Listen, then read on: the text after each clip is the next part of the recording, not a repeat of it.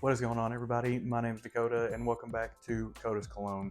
Today, we're going to be looking at and reviewing the fragrance that was my first love, and that is going to be Dolce&Gabbana The One Eau de Parfum.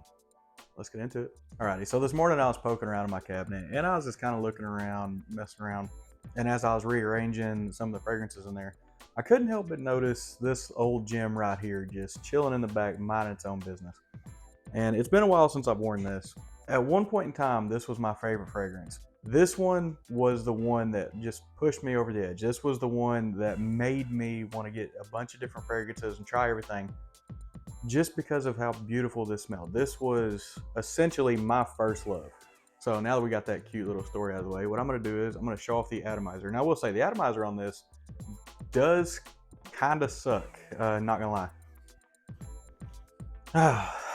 I still love this fragrance so much. But the atomizer on this does kind of suck. It does not have a good center burst. It's not pressurized. It is what it is. It kind of spits it out. It doesn't really, atomizer is not good, unfortunately. But the scent profile in this fragrance is, to me, top tier. When you first spray this, when it kind of gets up in the air, it's very sweet. You get a little hint of tobacco in it, but you get a little bit of a bite to it from some of the grapefruit, and there's ginger in the middle note on this as well. When it first kind of waves around, you get a little bit of a tanginess to it, which could kind of put a little bit of like a bitter bite to it. But I feel like it works extremely well because something in this makes it very sweet. This fragrance, for what it is, it's kind of dark, it's kind of rich, it's very warm, and this is just an all-around good fragrance. But enough yapping about that. I'm gonna get the notes on this real quick, and I'll see you in a second. Alrighty, as we get this bottle spinning up, we're gonna get straight into the notes. The top notes on this are gonna be grapefruit, coriander, and basil. And when you first spray this, you get a little bit of that tanginess from the grapefruit. You don't get much basil or coriander out of this though. The middle notes on this is gonna be cardamom, ginger, and orange blossom. You don't get a lot of cardamom. You do get some of that orange blossom. You get some of the tanginess from that. And you also get some of that sharpness from the ginger on the opening spray and as it dries down. The base notes on this dry down to an amber, tobacco, and cedar. And when you do get to the base note, one of the best, if not the best, dry down like date style fragrances I've ever smelled. But that is going to get the note breakdown on this wrapped up. Let me flip it all around and we'll get back into it. Alrighty, so it's been about 20 minutes. I've let this dry down just a little bit on my skin. One thing I'll say about this fragrance is it's incredibly warm. It's very inviting.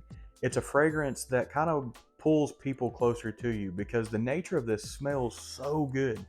This is, at one point in time, this was my most complimented fragrance in my collection. And I can see why. Like the scent profile of this, it is kind of linear.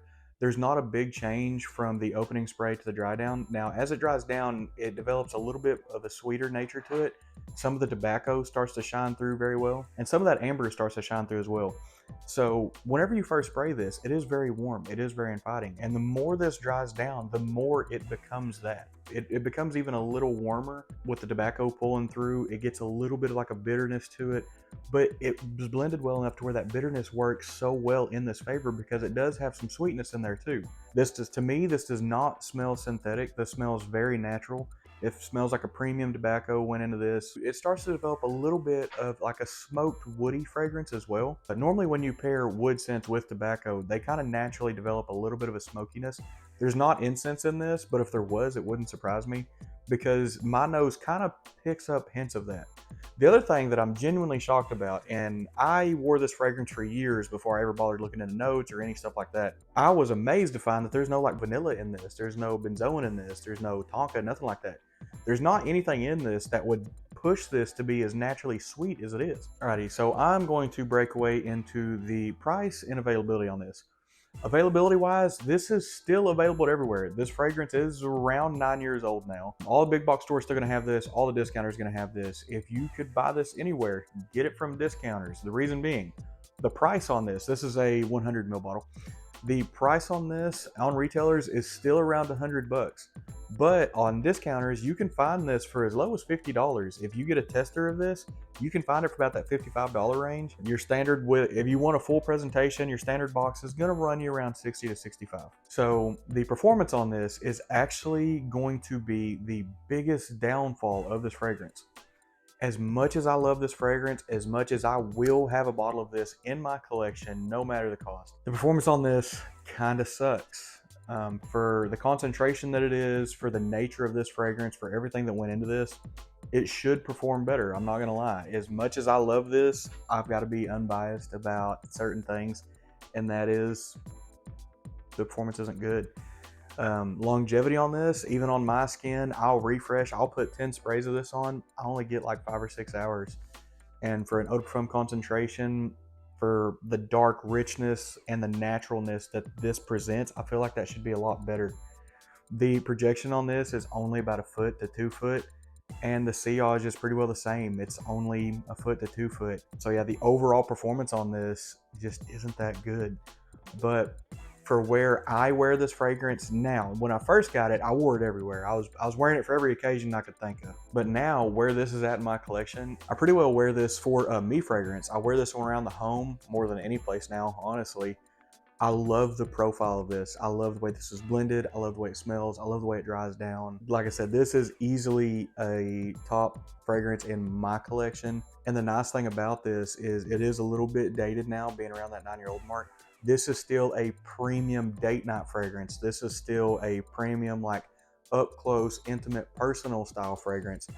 And the reason for that being is that's where the performance, even though in the scaling it hurts this fragrance in the long run, that's actually where it shines a little bit. It's hard to choke someone out wearing this fragrance because the performance does kind of suck. The nature of this makes this a beautiful date fragrance. In a weird way, it helps it, but at the same time, I've still got to dock it a point for that.